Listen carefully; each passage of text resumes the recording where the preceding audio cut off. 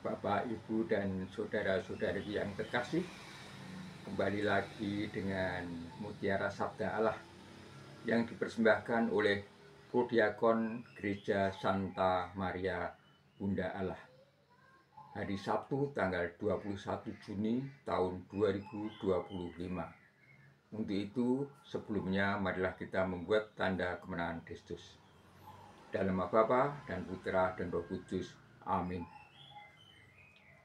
Permenungan pada hari ini diambil dari Injil Matius bab 6 ayat 24 sampai dengan 34 yang saya beri judul Janganlah Khawatir akan Hidupmu.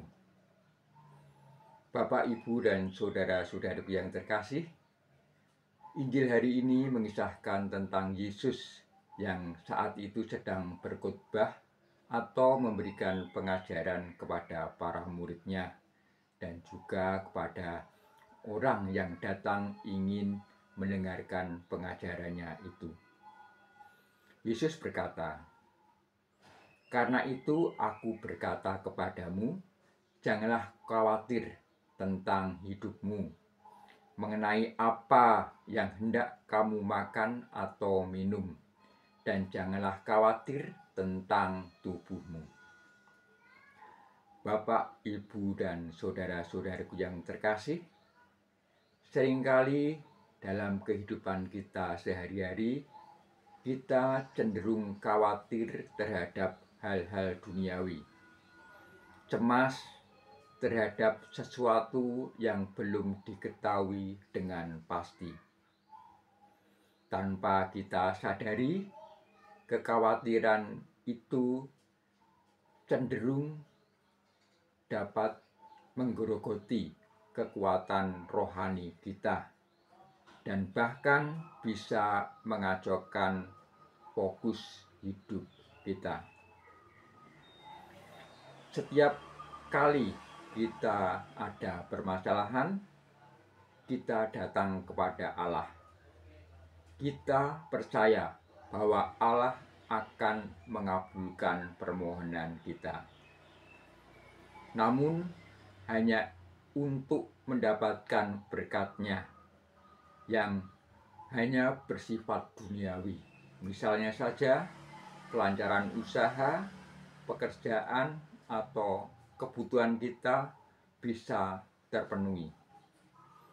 Tetapi kita tidak mempercayakan hidup kita kepada Allah, atau kita belum sepenuhnya mempercayakan hidup kita kepada Allah.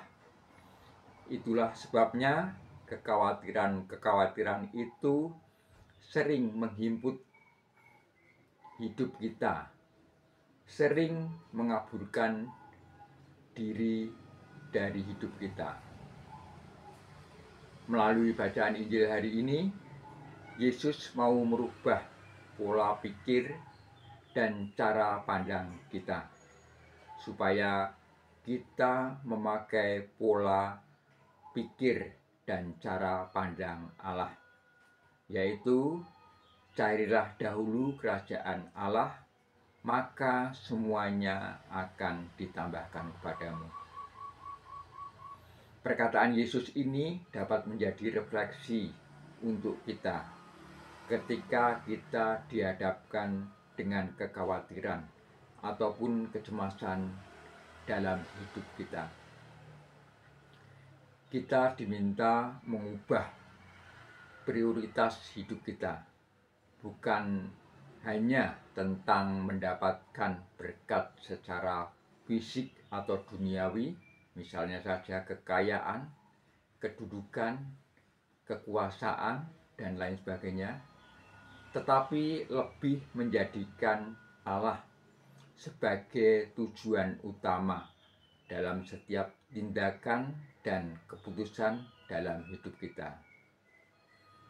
Bapak, Ibu, dan saudara-saudari yang terkasih, hari ini kita mendapatkan teladan untuk tidak perlu khawatir akan hidup kita dari Santo Aloysius Gonzaga, seorang biarawan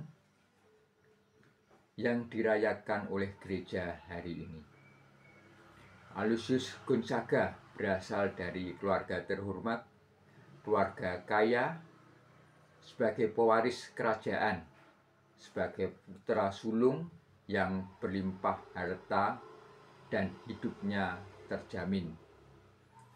Namun beliau meninggalkan kemapanan itu untuk mengikuti Yesus dan menderita lewat merawat orang-orang sakit menular.